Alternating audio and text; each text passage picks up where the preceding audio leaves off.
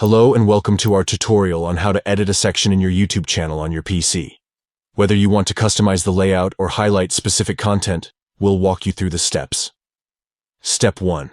Open YouTube on your PC and sign in to YouTube Studio. Once you're in, navigate to the left menu and select Customization, then click on Layout. Step 2. Hover over the section you want to edit and click on the Options button, which looks like 3 horizontal dots. From the drop-down menu, select Edit Section Contents, indicated by a pen icon. Step 3. You'll be taken to the edit screen where you can change the content of the section to your liking.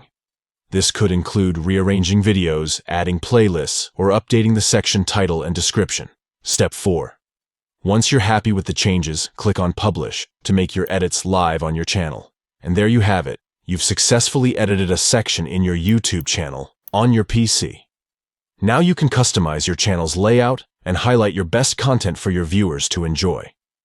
Thanks for watching, and we hope this tutorial was helpful.